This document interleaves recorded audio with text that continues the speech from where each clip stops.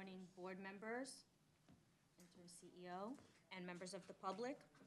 Today, we will commence our regularly scheduled board meeting, December 1st, the NYCHA board.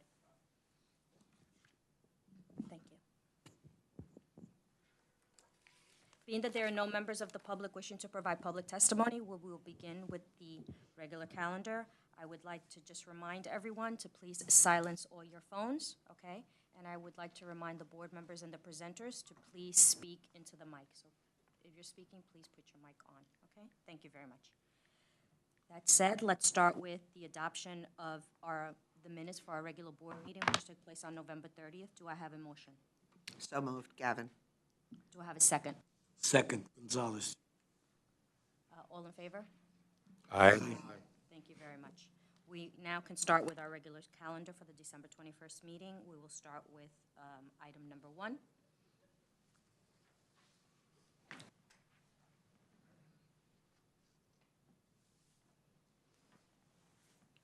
Good morning, board members.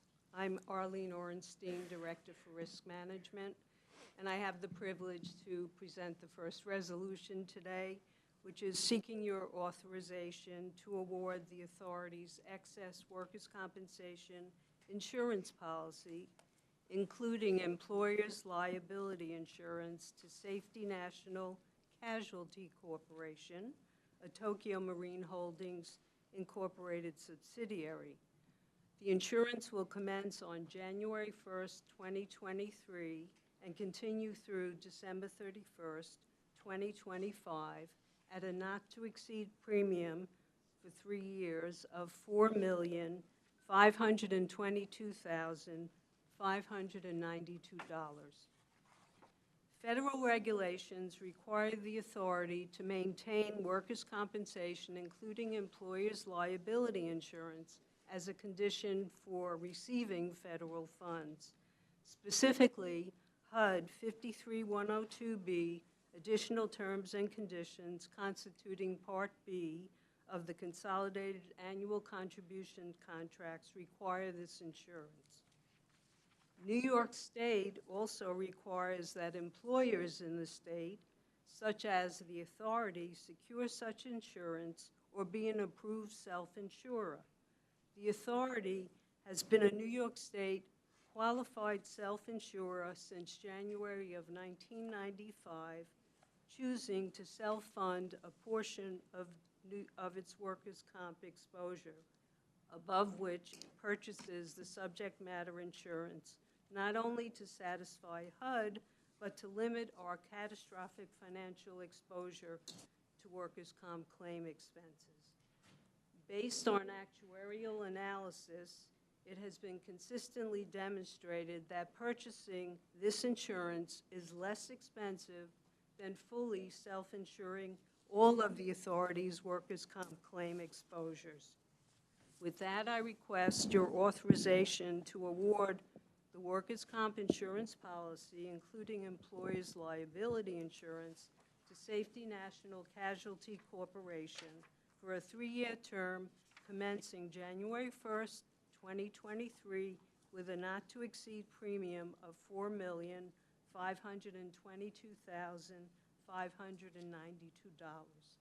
Any questions?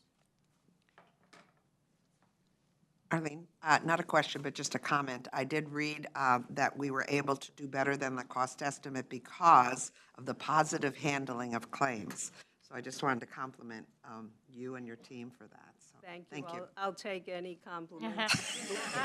It's not normally that we get any compliments. I appreciate yours. Thank you. Thank you. Item number 2.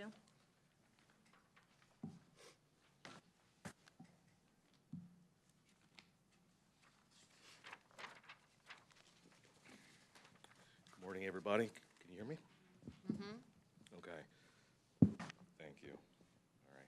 All right. My name is Jared Hill. I'm the Senior Advisor to the Senior Vice President for Operations Support Services, Keith Grossman. I'll be representing him today.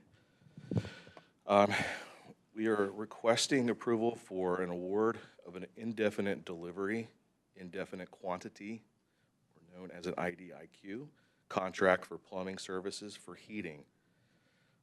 The scope of work will include, but is not limited to, furnishing all labor, material, equipment, insurance, and incidentals required to perform tasks related to the field of plumber services for heating. This contract will be awarded to Richards Plumbing for services provided citywide. Of course, the administrating department is going to be the Heating Management Services Department, with the funding from operating from the federal budget. The amount for the contract is $17 million, and the projected Section 3 hires and labor hours projected at 9,375. Do you have any questions? I'm good? All right. Thank you very much. Thank you. Item number 3.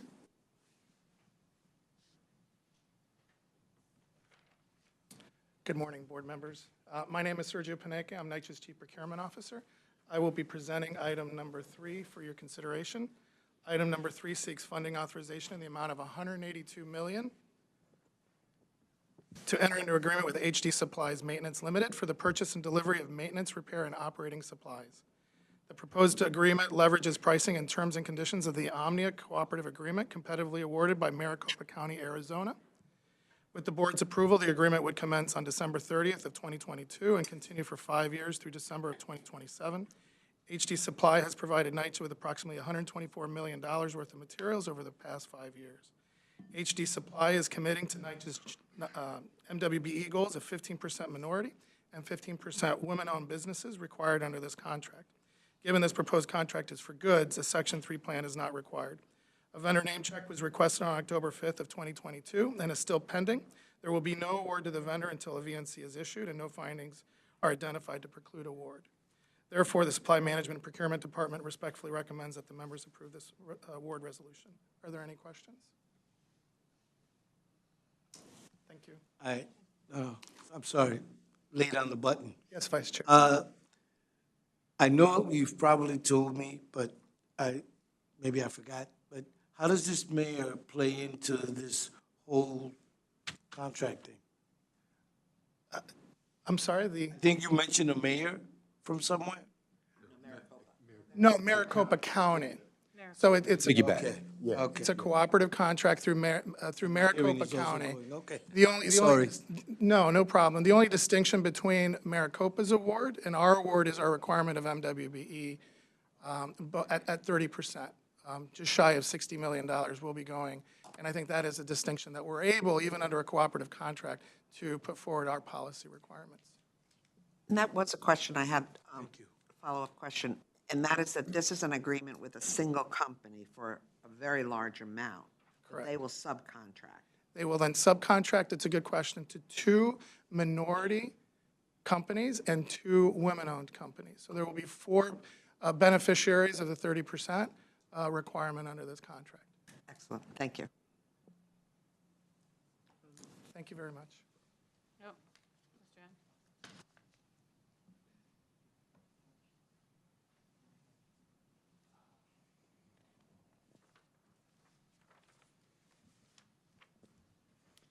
Good morning, board members. My name is Oliver Osterwin. I'm the Vice President for Project Management in the Asset and Capital Management Division. I'll be presenting the next 5 items. Item 4 seeks authorization to award a contract for roofing replacement and rooftop structure renovation work at Bailey Avenue West, 193rd Street houses in the amount of $2,733,775.52 to Zoria Housing LLC. The scope of work includes, but is not limited to, removal and replacement of the existing roofing system and related work, including asbestos and lead abatement. The contract term duration is 8 months and 1 day, and of the 11,777 total labor hours, 2,945 are Section 3, which represents 25% of the overall. Item 5 seeks authorization to award the citywide IDIQ JOC for plumbing work with a guaranteed minimum of $100,000 and a not to exceed amount of $30 million to Welcome Mechanical LLC. The scope of work includes, but is not limited to, tank and pump installation, piping, drainage, installation of water supply, fire suppression, and pneumatic systems, and ancillary work. The contract term duration is 2 years, with 2 one-year renewal options to be exercised at the authority's discretion. And of the 58,000 total labor hours, 14,500 are Section 3, which represents 25% of the overall. Oliver, one question. There was Yes. only one bid for this? I believe so. And given the plumbing scope in our city, did that surprise us? How would you explain the fact there was only one bid? It's a substantial contract. It's a large capacity contract, and there's not a whole lot of contractors that can Got cover it, that. okay. So it's about the scope and scale of it. Are we talking about number 5? Question? No, there was not one bid. There were No? multiple bidders. Question? There was not one bid. Question? Yes, sir. So There were 6 bids. in 4, all the relevant information is stated and filled in. There seems to be 5, like the issuance date. I think I asked this question before. Why is there a disparity of the information that's printed on these forms as from one to the other? I'm sorry, could you clarify that question? On Which on disparities? item 4, every item Yeah? on the lines, on the forms that are filled out, the issuance date and everything is there. 5, in the responsibility area, there's like the issuance date. I already know about the VNC. Just a couple other places too. What is this disparity since it's similar almost type of work? Why?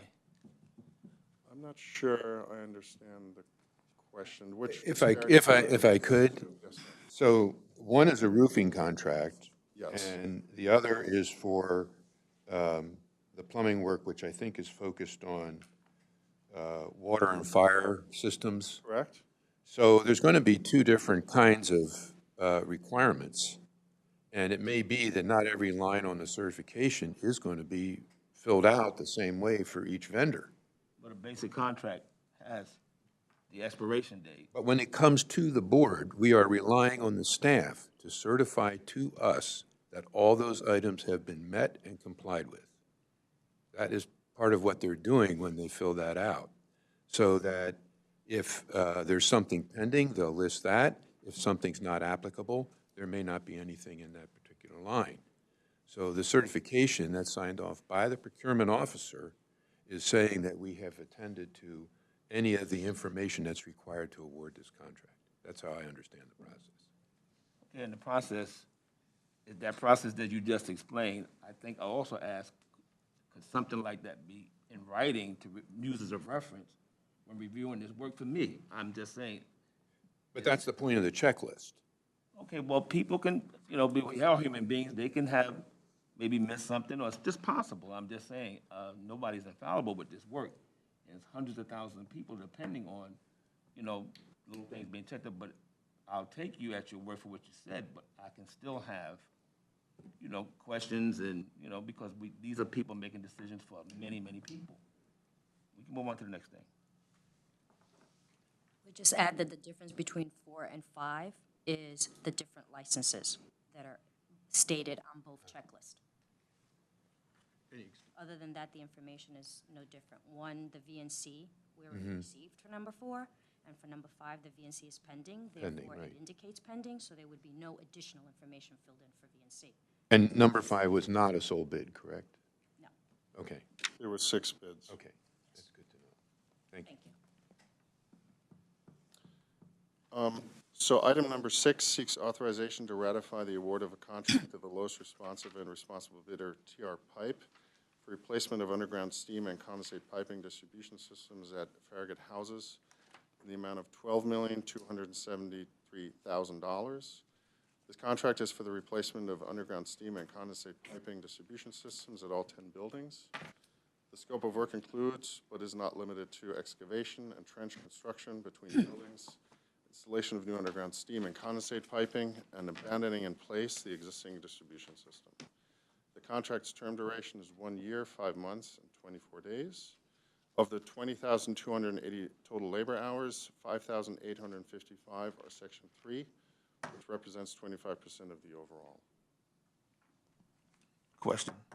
Yes. So I saw the response sent to me regarding number 6 about there was no master's plumber license required. Correct. I called 6 verified plumbers, even this place called Roto-Rooter. You might have heard of them. Okay. For the gas and the pipe and the steam, I was told, I used the premise that me and my wife had some property, we wanted plumbers to work, and me and her were arguing about the license and stuff. All 6, and I can send them to you, said a master plumber license is needed to do this scope of work. It's needed. I think that's where our information is probably different. Oh, well, A okay. master's plumber's license is generally required for domestic water and sewage type of work, including gas work. The underground steam lines are a separate scope of work that is not covered under master plumber's license requirements. But, sorry, And go ahead. these are typically proprietary systems by manufacturers, these steam lines, that go through a different approval process and certification process. In your, The vendor, sorry, just to finish, the vendor picks the system and works with the manufacturer on the certification process. And they're actually certified to work on these systems. okay, in your response, did I read that they're gonna work with gas and electric? Electric, yes. Yes. So we do need Gas. an electrical And master. gas was mentioned in the response as well. I believe so. I believe in the response that you sent, I'm trying to pull it up, not to hold you up. I believe it was mentioned in the response. It's an iPad. I don't think there's gas work, but there's electrical work for sure. It was 3 areas, gas, electric, and steam. And in some cases, that work has to be done with the acetylene torch and some other, Oh, are you talking about the welding? yeah, that too. So, and I was assured that a master's plumber's license, and in your response, those areas are mentioned, the scope of the work would be done in. I'm trying to pull it up. Anybody pull it up? Number 6, yeah, the response, just for 6. The response is, the question was, is a master plumber's license required? If not, why? The response was, a licensed plumber is required for work on domestic water piping, drainage, and gas piping. Steam piping is a mechanical pipe, and a license is not required for this type of work. That was the response provided by Mr. Osterwin. So they won't be working with those other 2 areas. That's what you're saying. in your But- response. I might have misread it. I'm just. No, so if I could. So we have this master contract for the underground stream and condensate. If there is a place during the course of construction where this ties to domestic water or ties to a gas line that is covered by licensing, we will use a licensed person to do that work. But the steam and condensate lines don't require that unless we somehow touch the other thing. Absolutely correct. The contract Thanks. scope does not include domestic water and drainage work. But if that should become necessary during the contract work, the contractor is required to utilize a master plumber. So, Oliver, if we were doing this system, one of these systems, and we broke a domestic water, that's a plumber's job. Absolutely. And that would be a licensed person would have to be called in, exactly.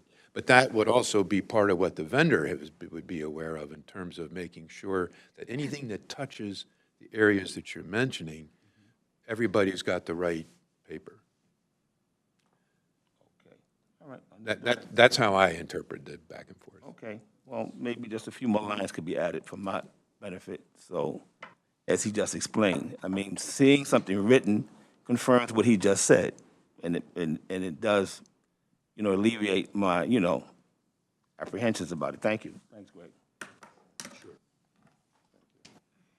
If there are no other questions on item number 6, I'll proceed to item number 7, which seeks authorization to approve a second contract capacity increase in the amount of $12,500,000 to the indefinite delivery, indefinite quantity job order contract for general construction held by Gemco Electrical Contractors. The contract capacity increase is being presented to the board because the value exceeds 10% of the original contract value. The original value was $15 million, and the revised will be $37 $8,500,000. The first increase was exercised last year for $10 million. The scope of work includes, but is not limited to, general construction work on an as-needed basis. The contract term duration is 2 years with 2 one-year renewal options to be exercised at the authority's discretion. GEMCO is planning on hiring 7 Section 3 employees. Item number 8 seeks authorization to amend Board Resolution 19-1/30-5 from Manhattan Borough only to all developments citywide, and for a contract capacity increase to the IDIQ JOC for replacement of underground piping in the total amount of $16,007,325. The first increase to the original contract value of $10,671,550, which was awarded to JCC. The scope of work includes, but is not limited to, the installation of valves for fire, water, and sewer lines, asbestos abatement, excavation, and the removal and restoration of asphalt of walkways. The contract was awarded on April 1st, 2019, and a one-year renewal option was exercised to extend the contract through March of next year. JCC is planning on hiring 2 Section 3 employees.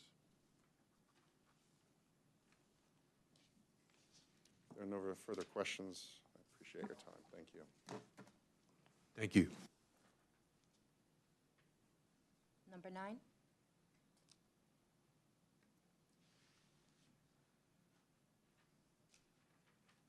Good morning. My name is Daniel Green. I'm the Senior Vice President for Healthy Homes. I'm here to present items 9 through 15, all of which involve either lead testing or lead abatement.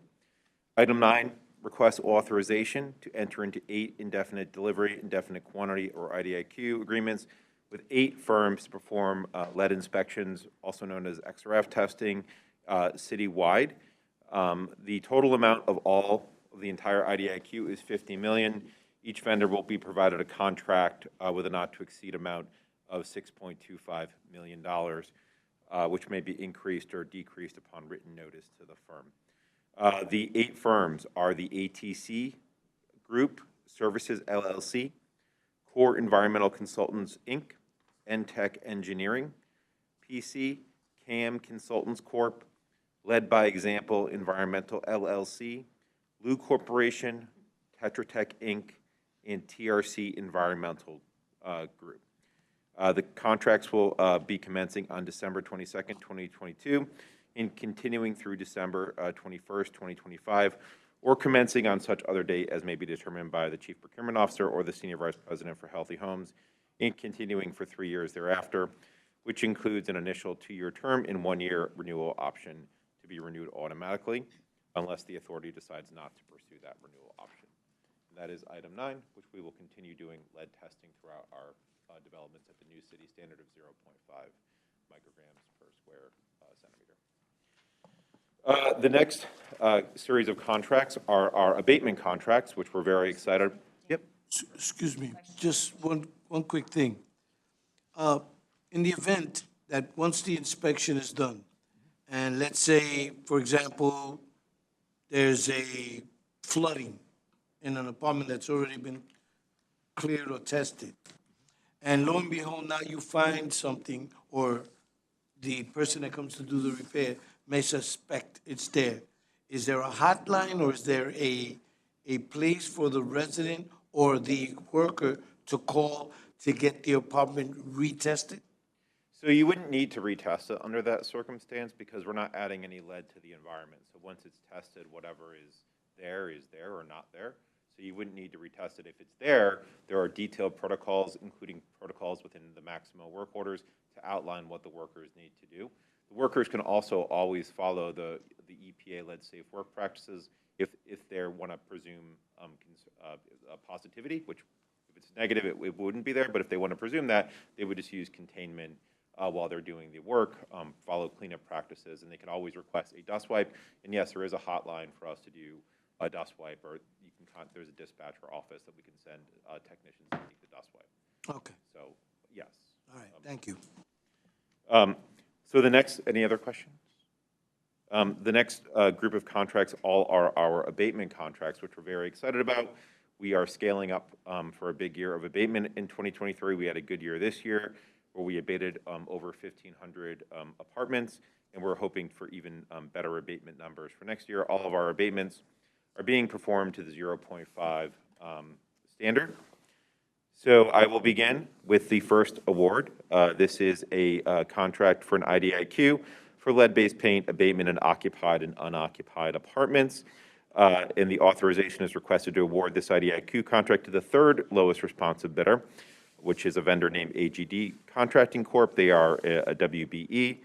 The first and second lowest bidders were deemed non-responsive for failure to meet the minimum qualifications as outlined in the authority's bid documents. And this IDIQ contract is for 3 years with a 1-year renewal to be exercised at our discretion. The total Section 3 labor hours estimated for this contract are 10,000, and the total contract amount, again, is 10 million. All of these contracts will have the same scope. So I'm just going to go through them a little bit more quickly. The next is for the fourth lowest in responsible bidder, Linear Environmental Corp. It is, again, for $10 million, a lead-based paint abatement in occupied and unoccupied apartments, same terms, and the labor hours for Section 3 hires is estimated to, labor hours is 17,550. The next, which is item 12, is for the fifth lowest responsive and responsible bidder, PAL, or PAL Environmental Safety Corp., doing business as PAL Environmental Services. Same terms and conditions, same contract amount, and the labor hours are projected at 18,750. Item 13, same scope, same terms. The firm is, this one is Abatement Unlimited, Inc., which they are the sixth lowest responsive and responsible bidder, and their projected labor hours are 16,800. Item 14 is for New York Environmental Systems, Inc. They were the seventh lowest responsive and responsible bidder. The terms and conditions are the same, and their projected labor hours are 29,656. And item 15 is the eighth lowest responsive and responsible bidder, who are Empire Control Abatement, Inc. And they are, again, for $10 million, and their projected labor hours are 14,250. And those are the items that I have today. Yes. Question. Is there like a animated, or not animated too much, but a video of how that process goes? Because I'm familiar with the mold process. They come, they identify it, then somebody else comes and actually cleans it, and then somebody comes, I think, again, to paint it. That process seems to be pretty efficient. I'm just curious how, when you identify the lead, what happens next? What happens next? What happens next? Do the people have to be moved? I don't want to tie you up that day. Do you have something like visually, like, you know? So currently, we are not doing 99% of our lead abatements are not going to be done in occupied apartments. We relocate the residents to a hotel, or we do them in vacant units. Okay. And that was a big policy change this year. Through our lead abatement occupied apartment program, which is called the Tempo program, we've abated 300 apartments this year around, and we have actually about 30 residents currently in hotels that we're abating. And this is our little insignia that we use. But basically, we move residents into a hotel. The method of abatement we use is removal. So the HUD agreement requires us to use removal. There's 4 methods of abatement that you can use under the EPA regulations: removal, enclosure, encapsulation, and then component removal, where you actually will pop out a baseboard that has lead-based paint or remove a closet shelf support that have lead-based paint. But for the paint removal, we use chemical peel and wet scraping as their method. So we actually physically remove the paint from the walls. But there's different methods that you use depending upon the substrate. So we use approved EPA methods. We comply with the documentation requirements. Each contractor has to submit an abatement report outlining the methods that they used to complete the abatement.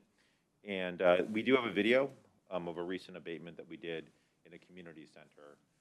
So we can, Could you share that? Sure. I just said thank you, that's all. Sure. All right, thank you. I think it's photos or video. We'll provide you some documentation. So. Any other? Any additional questions? Thanks, Dan. Thank you, Dan. Thanks so much. We'll move on now to items 16 and 17, which are our operating and capital budgets.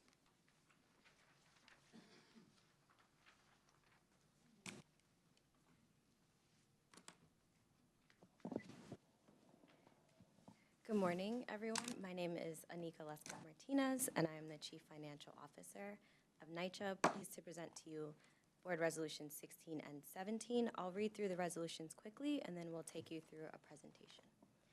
So, item 16 requests authorization for the 2023 operating plan. The operating plan authorizes total spending of $4,413 million, of which $1,524 million is personnel spending, and $2,889 million is other than personal services spending.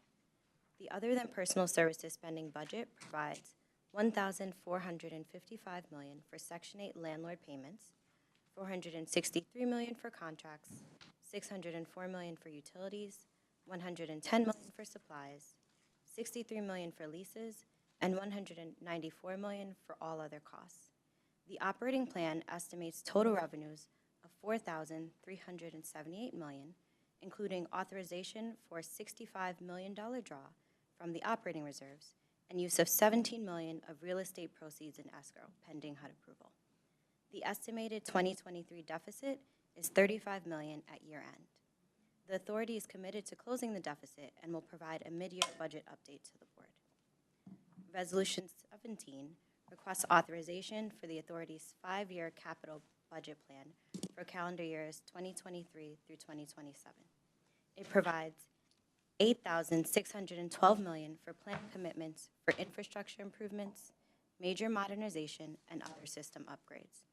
In this 5-year plan, the authority is planning for an estimated $709 million availability of federal capital funds in each year. Mariella, if you do the presentation. Thank you. So now we can go into each in more detail, and at any point, please feel free to stop me. Happy to answer questions. So first, we'll talk through the 5-year operating plan. We'll tell you about our tenant arrears and some trends that we're seeing in 2022, the proposed operating budget, our reserve position, financial risks, and our 5-year sources and uses. We'll do a short presentation as well on the 5-year capital plan, including the sources and uses and our strategic investments. So first, Ms. Lesko, of course, which one will have the projected cuts to overtime, 16 or 17? I'm sorry? One of these has a projected cuts to overtime. Yes, you'll see that on we'll get to it on page 6. Okay. So tenant rent arrears total $454 million across 73,000 households as of November 30th, 2022, up from $125 million in 2019. Each bar represents a year and the total in millions of the tenant rent arrears. There's a line going across that shows you our rent collection on a cumulative basis over the 12-year term. NYCHA is only collecting 65% of the rent charged over a 12-month period currently. HUD expects PHAs will collect 100% of the rent charge, and the subsidy formula does not adjust to make up for rent collection losses. To date, NYCHA has also submitted $120 million worth of emergency rental assistance program applications for over 31,300 households. In total, these households actually owe $250 million worth of arrears. A word on ERAP, it has completely changed the culture of rent collection at NYCHA. We found that over time, our tenants are building larger balances over larger time horizons. So I just wanted to let the board and the attendees know that we have shared all this information with HUD. In addition to NYCHA, although we are the largest housing authority, there are many other housing authorities experiencing a similar trend nationwide. I've talked to a lot of executive directors, and we had a few housing authorities on the call that we did with HUD that are in the same position. So although our numbers are quite large because of the scale that NYCHA operates, we are in this period of time when the rent collection is difficult, not just for us, but for other agencies. We pointed that out to HUD. It's unclear what the department intends or will do in the long term, because at some point, for example, accounts that we can't collect have to be written off. And this does impact and is impacting us significantly in terms of cash flow, our balance sheets, and the way we view the property operating budgets. We have presented this information, shared it with HUD, so I didn't want anyone to think that we were just kind of dealing with it kind of independently of what's happening sort of nationally, not only to us, but some other housing authorities. HUD has about 20 agencies in shortfall, which is a polite way of saying that they're not getting in as much income as they anticipated. We're in that group along with all manner of small, medium, and other large PHAs. That's correct. Thank you, Chair.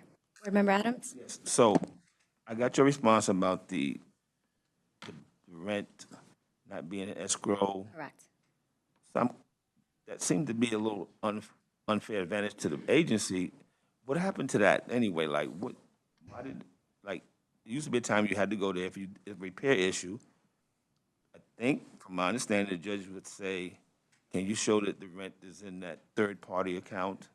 And then when the repairs are paid, the landlord would be paid. So that just disappeared?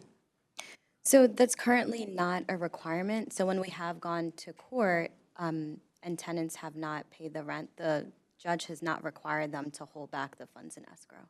So I don't know sort of when that policy changed from a legal perspective, but I do know that that's the current policy. So as a tenant, I go to court and say, you haven't fixed my door for 2 years or whatever, and I hold my rent. And then after you fix the door, I'm supposed to pay my rent. So it's just like a promise, or you just continue the eviction. I'm just saying it just doesn't seem to be fair. From that vantage point, I remember that money had to be shown that it's somewhere sitting, and when your repairs are done, you pay your landlord. And you're saying it just disappeared. Right, that's correct. So it is. All right, I'm just. I don't know if we want to debate fairness, but it is difficult for the authority because the tenants do not have the funds in escrow. So part of the issue is our goal is to house people, so it's really not in our prerogative to try to evict everyone, but we really do need the revenue. So I think it's challenging for us because we don't know sort of, and currently through ERAP don't really have any teeth in terms of the collection. So if a tenant has a pending ERAP application, we aren't even allowed to start any legal proceedings. At the same time, if a tenant has applied for ERAP past a certain point, they can't even go to HRA to get a one-shot deal. So both NYCHA and the tenants are very much in this sort of like holding pattern where we can't enforce and they are expecting ERAP and they're not paying and perhaps making different decisions than they would have otherwise. Can I ask, what is the mechanism for, or is it just an impossibility, but I'm just curious what the mechanism would be for changing the ERAP process as it relates to NYCHA? Is that city, state, federal, all of the above? So it's state. Currently, the state legislature is the one that made the rules. And part of the challenge is that they made the NYCHA tenants fifth and last priority, so all sort of subsidized tenants were last. In some other states, they actually prioritized those tenants, and we saw those housing authorities faring a lot better, for example, than we are. So for a change in ERAP, that really is up to the state legislature. And is it part of the NYCHA state legislative agenda or no, because it doesn't seem like a viable option? We are pursuing all options, particularly with our state partners. Okay, cool. Thank you, Nika. We've been unsuccessful, We continue to try. as evidenced, but You've done it with you've pulled rabbits out of hats before. Yeah, no, it's been very difficult. It has. But Anika, I think you may also want to add that there is no current funding in ERAP. So That's correct. if NYCHA were to change the legislation, there is no funding. Right, so we would need both. We would need either the state legislature to give us more money or to change the legislation for ERAP, or just to give us a ruling on our application so both NYCHA and the tenants can move forward. Excuse me. So Please. the challenge is, I guess, in some sort of legislation that'll help us, I don't want to use the phrase go after because that sounds brutal. But to kind of fix the problem that we're having, are we following any particular route or vehicle that would help us push somebody for the legislation to be passed? Yes, so we are currently working with our state partners, and our intergovernmental team has been advocating on our behalf for changes to the legislation and also for a ruling on the ERAP application. So we are trying all avenues. And just one item that I want to point out is anyone who has an ERAP application, especially in the first tranche of when the portal was opened, until there's a determination on their ERAP application, they are not eligible to seek one-shot deals or any other avenue for them to help with their tenant arrears. We agree with you. Yeah. Only one other comment. Do we know nationally if there will be recapture by the Internal Revenue? Is there any sense of that? That might be redistributed money from other states? We don't know, and I don't think we've gotten any. No, I on that yet. think March is their target next year. But I suspect that we will hear soon, at least of their plans for ERAP. Which why the argument to reprioritize might have some impact later next year, depending on the national circumstances. Sure. Okay, thank you. We'll take that into account. So for the 2022 year-end reforecast, I'll start with the good news first. We are going to balance. So we adopted a budget last year that had a $35 million deficit, and there were some favorable conditions on the revenue side, which are going to allow us to actually balance and come out even. So no deficit, no surplus. Thankfully, we conservatively budgeted last year for continued losses in rent collection. So that's that very first line that you see. We were estimating $867 million worth of rent collection, which included a pretty substantial collection loss. We actually think that we'll collect around $851 million, which is only a $16 million difference, which is something that we can certainly manage and handle. So thankfully, again, we were conservative in our projections, and so we were very much prepared for these continued losses to a point. At the same time, our decreases in tenant rent revenue are offset by additional federal operating subsidy, some small one-time grants, and the approved withdrawal from the operating reserve. So in all, we had $300 million of additional revenue come in over the course of the year.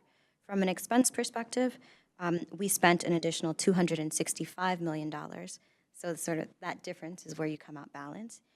There are high overtime and utility costs, which were driving some of our increased spending. In addition, we also spent some additional funding planned in contracts and some of our other OTPS areas. Board Member Adams. Yes. So in your operating proposed, I think it's 16, was there mention of the overtime being cut? Did I understand you correctly? That there seemed to be an area of targeted. Sure. Happy to take that question. So if you look at this slide that we're on, the overtime line for last year, the adopted budget was $99 million, and when we get to page 6, you'll see that we are projecting $100 million. So it's technically a $1 million increase. But to your point, our actuals are coming in a lot higher. So in actuality, we plan to spend $174 million worth of overtime this year, and that is something that we have to be careful about. We have had some issues in the past regarding overtime abuses, and so as an authority, we are placing more of a focus on making sure that the overtime that we do is targeted and gets a benefit for the resident. That's a fair exchange, by all means, and I'm just saying but overtime, like I explained to you, is like federal entitlement, like Social Security or Medicare. It needs to be protected. Those people, just an instance, they can't, I heard them talking in the hallway, and that's needed. And with the heating season and pipes going, and people are going to be needed to come out to do repairs outside the 8-hour window. But from what you stated today, it sounds like some monitoring of Correct. how it's used, which I'm for, but that there's going to be consideration to keep the money there to try to keep up with things. That's correct. So we will always prioritize overtime to address health and safety issues, precisely the ones that you mentioned, heating, elevators, and anything else that really is a benefit for the resident. But at the same time, to your point, we do have to kind of be careful and monitor for potential overtime abuses. Do the managers at the offices get to dictate who is assigned?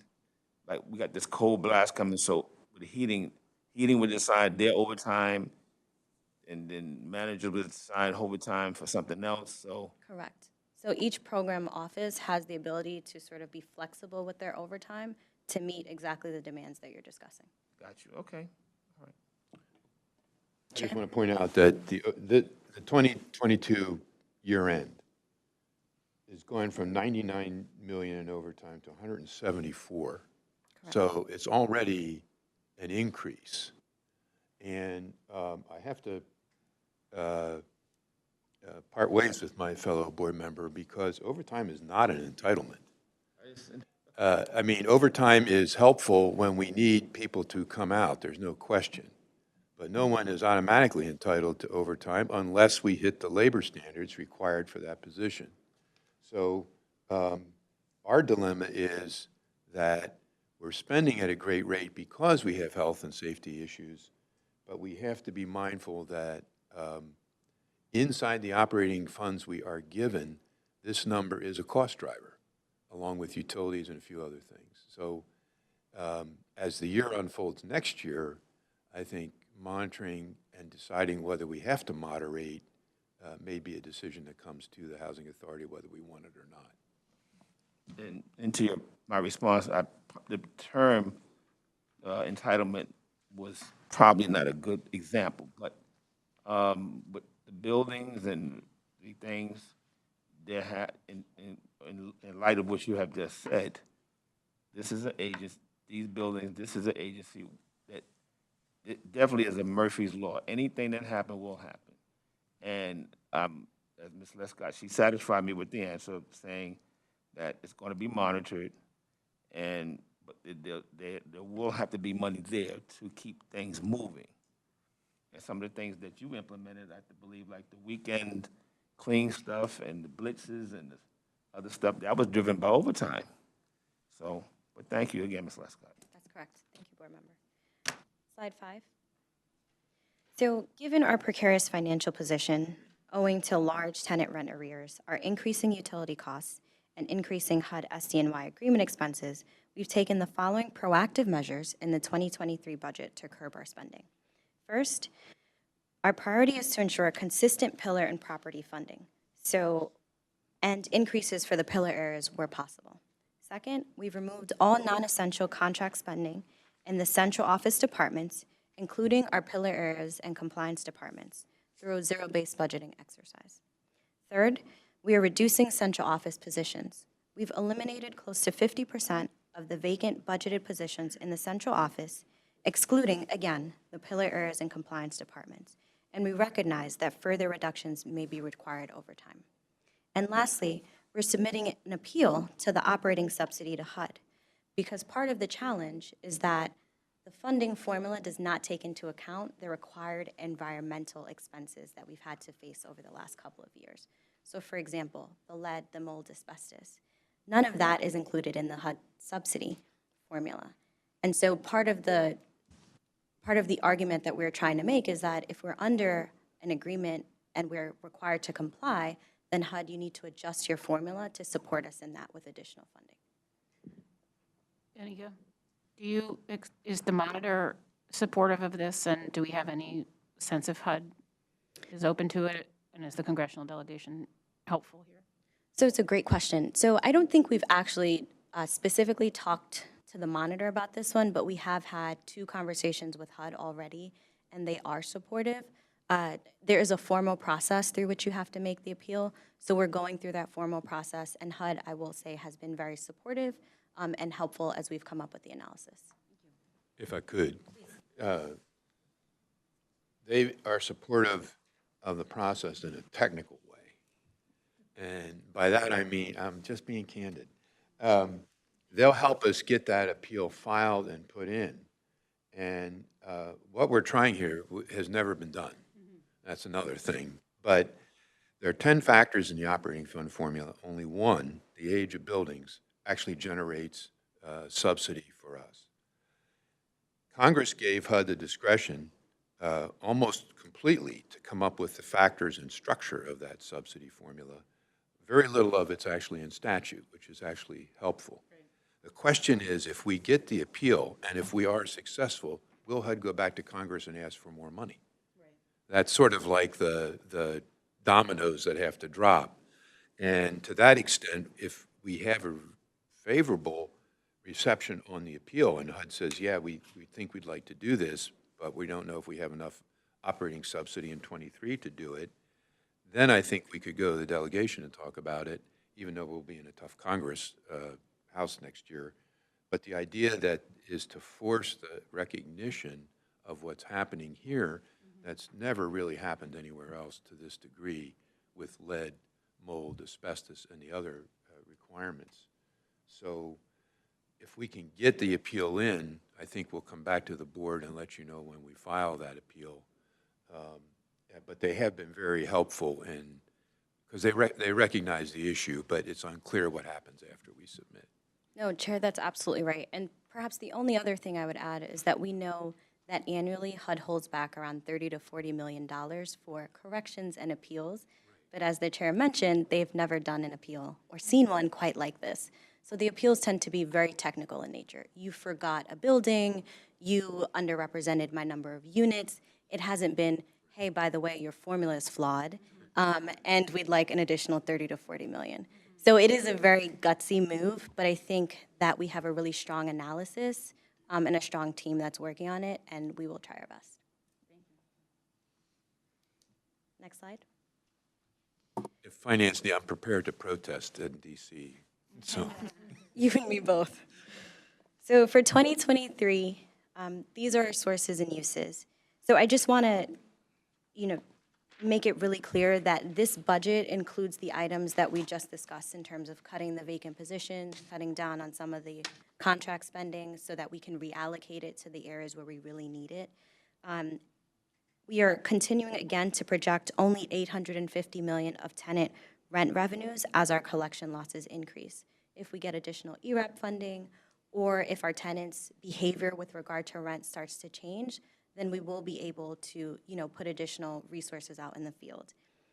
Key for the board members to understand is that this budget includes a $65 million withdrawal from our unrestricted operating reserves, which is born largely of our earned developer fees over time, and a $17 million allocation of restricted PACT proceeds, which requires HUD approval, which we will use for the maintenance and operating of the properties.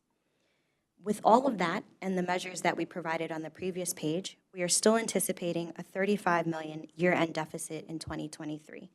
Again, we will closely monitor the deficit and we'll come back to the board with a mid-year update like we did this year to keep you abreast of our progress. Paula? Anika, the city funds, are they committed, given what the city's going through right now in terms of reductions? That's a great question. So the city funds are the funds that were committed in the last plan, the OMB November plan. So this does take into account a small PEG program to eliminate the gap that the city is running. So it does have a small reduction, but the good news about city funds is that it's all done on a reimbursement basis. So if they give us less money, we can plan for less spending in those same projects. And Board Member Adams, just wanted to flag for you that the overtime is here at $100 million. Yes. Thank you. Next slide, please. So we mentioned that this includes a $65 million withdrawal from the operating reserves. And so we wanted to be really transparent about the draws that we've taken over time and what that means for our liquidity and cash position. So in the absence of sufficient rent revenue and escalating costs related to the HUD agreement, NYCHA has relied heavily on operating reserves to improve services and meet the demands of the agreement. So each bar represents our operating reserves in that year, and the sort of red shaded piece up top shows you the draw that we've taken in that year to support our operating costs. So if you notice, we started to take draws in 2021 after going through the pandemic and seeing that first big drop off in tenant rent collections, and we'd have to continue that every year since, just to keep up with the services that our residents need and meet the requirements of the agreement.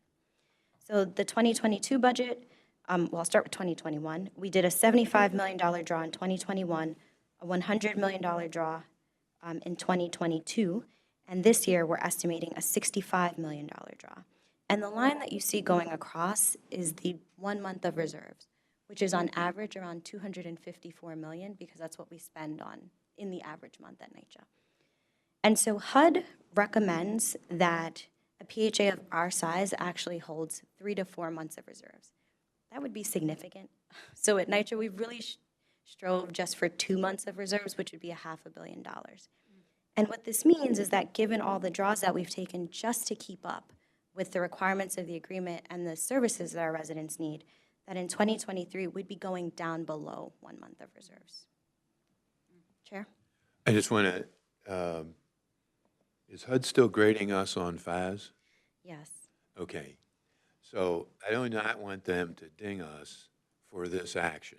And that's another thing that we're going to have to talk to them about, because they understand the circumstances. We have walked with them from last year's budget to this year's budget to come in and give us a FAS score demerit, given these financial conditions, I think would be really unfair.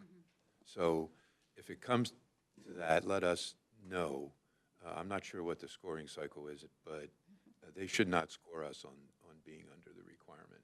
That's correct. So for the other board members, that is part of HUD's scoring of the PHAs on an annual basis. And the FAS that Greg is mentioning is FASS, unlike FAS, PHAS. And this is specifically the financial component. So really proud to report that year over year, we've actually scored close to the highest or the highest marks. But one of the indicators is the operating reserve position.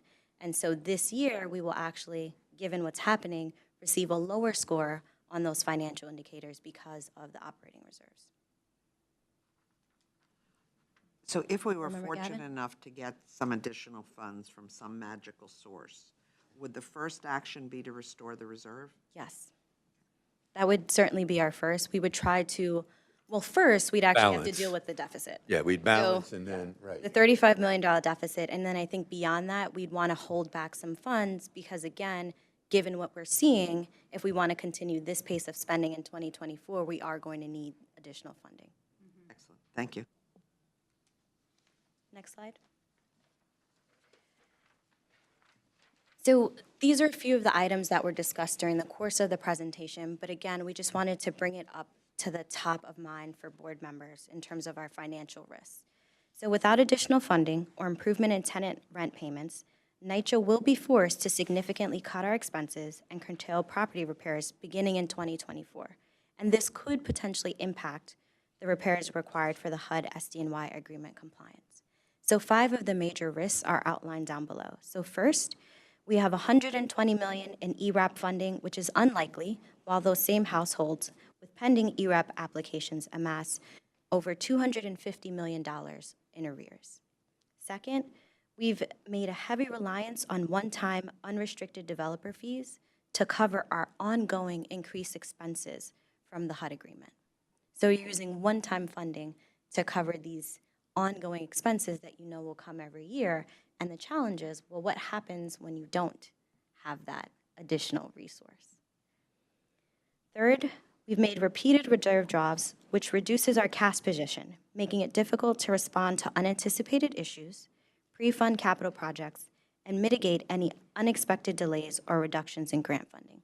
So for example, all capital projects, be them city, state, or federal, are funded on a reimbursement basis. So that means you have to actually fund the project, outlay the cash, and wait to be reimbursed. So it's really important to have enough cash on hand to be able to do that. Some of our funding partners are better than others at reimbursing us. So in some cases, you also need to be able to deal with that outlay over multiple months. And then, for example, months with 3 payroll periods require at least $140 million of cash on hand.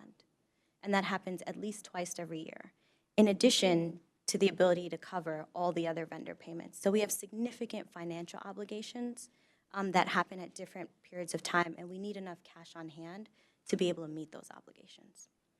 Lastly, our overtime costs continue to grow year over year, and that is something that we need to monitor. And utility costs have increased 20%, due both to our higher consumption and the global market volatility. So like everyone else, NYCHA is not immune to the shocks in global prices due to oil and gas. So it's a really difficult time to be operating temporary boilers, given how expensive that commodity is. Questions? Board Member Adams? You're finished with your Yes, presentation? please. Oh, no, I'll just let Sheila know you did a good job. Thank you. She told me about y'all's high school stories.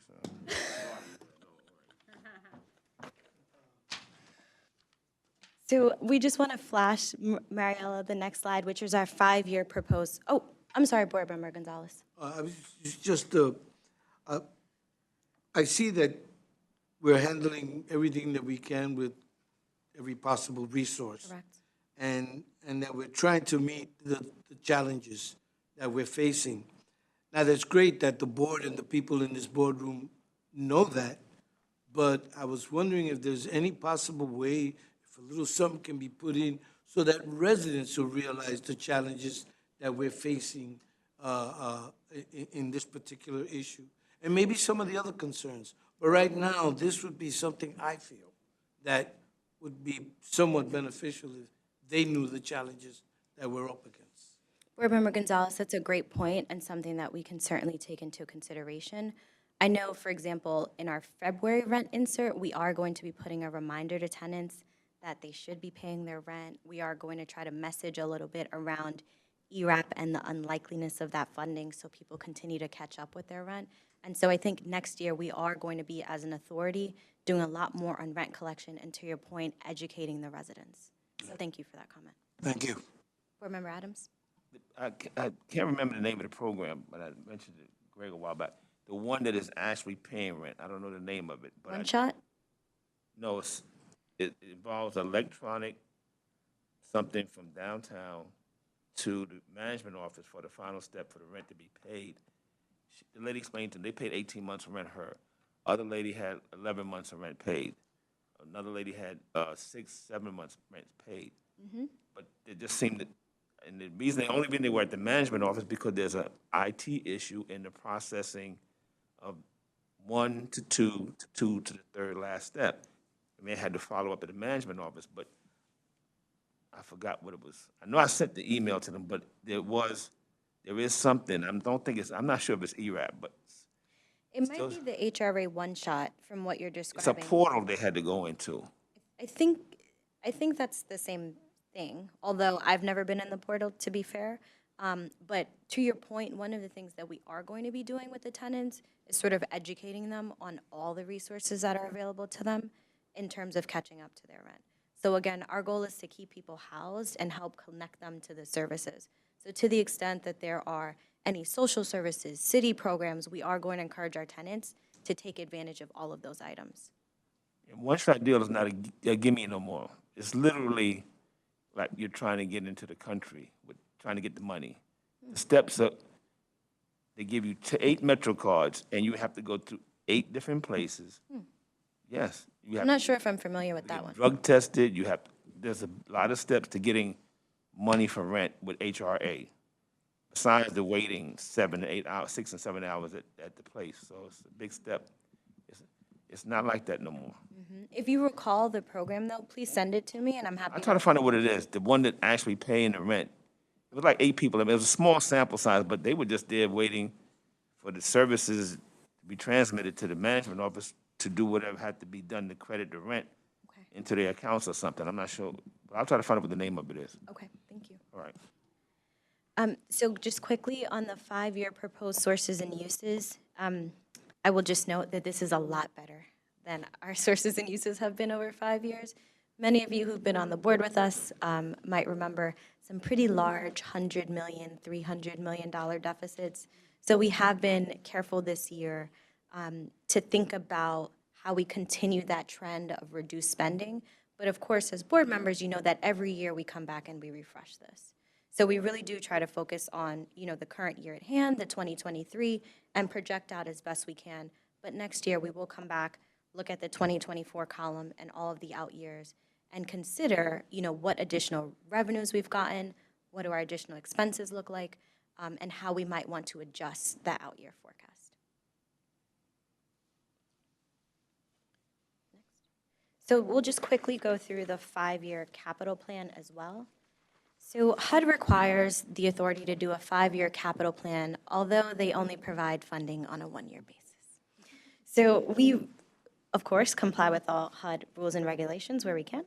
So we really try to focus on the role of prior funds, which are funds that are either committed to us currently that we haven't used, and the 2023 column, which is our best estimate at the funding that we will get in 2023.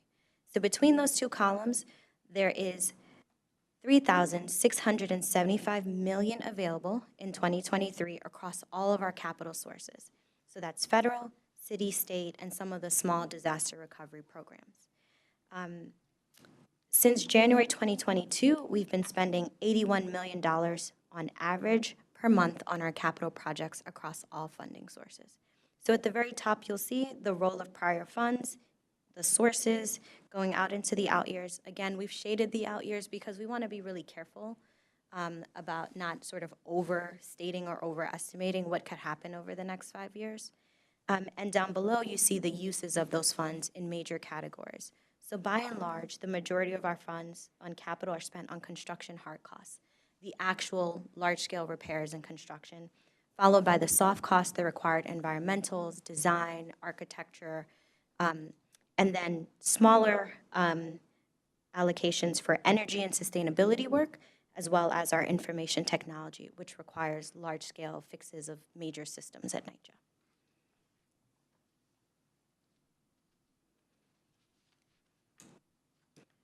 And so I know those are a lot of numbers.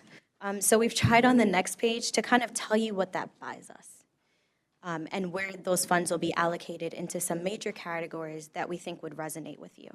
So in 2023, those amounts will get you $1,259 million to upgrade heating systems, $409 million for brickwork repairs and to maintain existing local law 11 shedding, $743 million to repair roofs, $648 million for lead abatement and asbestos abatement, $504 million to support the replacement of elevators, and $628 million for our new comprehensive modernization projects. So again, this is the funding that could support that work. It does not indicate that all the work would be completed in 2023. Questions? Please. This is more of a statement. So we're going to have to get our management offices ready for next year, being that most people are going to get an increase in the COLA, which will affect their rent. So we better get ready for that barrage. No, that's a really great point, and we can flag that for our rent recertification and housing assistance to be aware. So that should come up in the annual research, and then any interim recertifications that the tenants process as well. Okay. Board Member Gavin? Yes, thank you. On the city capital, the bump up in 2024, is that the completion of the HUD agreement money? Yes, so we have sort of scaled out the HUD agreement money to where we think we could actually commit the funding. So right now, we're primarily in design and starting some of the projects. And then in sort of 2024 and onwards, we start to really spend down on some of the construction hard costs for those projects. And the decrease then is because we're not assuming a new agreement with the city, but we will ask for it. We always will ask. Super, thank you. Any other questions? Chair. A couple of comments. I wanted to let all departments know how difficult this budget year was because we received an extraordinary amount of requests for new things and to maintain or improve existing things. And I also want to give a shout out to Anika and her team because I've had the opportunity to work with them for 3 years now. And anytime there's a harebrained scheme, they remind me. And every time we find an opening, we pursue it. So that's been a very excellent collaboration. But we do have to face sort of this coming year, well, with the appropriations bill that has been introduced, the 1.6 or $7 trillion bill, we'll have numbers likely, probably after the new year, assuming that bill passes in the next couple days or whenever.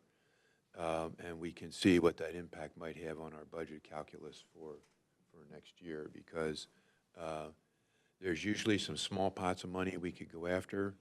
If we can hold our costs and our utilities, then the $35 million deficit is solvable.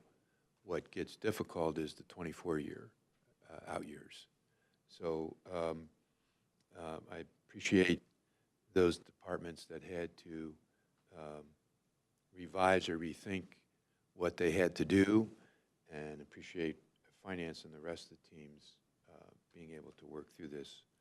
It's probably one of the most difficult budgets I know I've had to participate in, and we want to be careful to let the board know that a mid-year review or something like that will be guaranteed, so we can see where we are and see what that's going to mean for '24, because we don't want to overstate that we have been balancing the budget with the use of reserves and back fees. And at some point, that becomes difficult. But thank you for a good presentation and a good job. Thank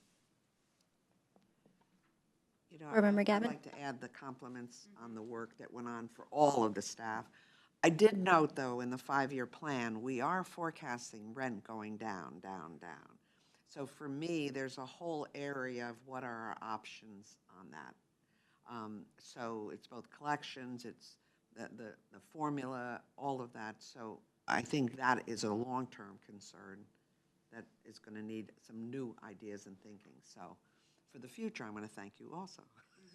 No, I think you're right. And the one comment I would make on the 5-year sources and uses in terms of rent is what you're seeing there is the conversion of units out of the public housing program as well. So some of that is just due to, as something goes over to RAD and goes into the Section 8 portfolio, you lose, presumably, the expenses, and you also lose some of the revenue. The good news is that the actual federal operating subsidy formula is a step-down approach. So over 2 years, you have 2 years of a transition of that subsidy. So you don't sort of fall off that cliff, and it gives the authority some time to plan for how we will sort of start to constrain, but it's something also to be aware of, right? As we start to lose units, we have to shrink as an organization. And that's something that we have to be mindful of over time.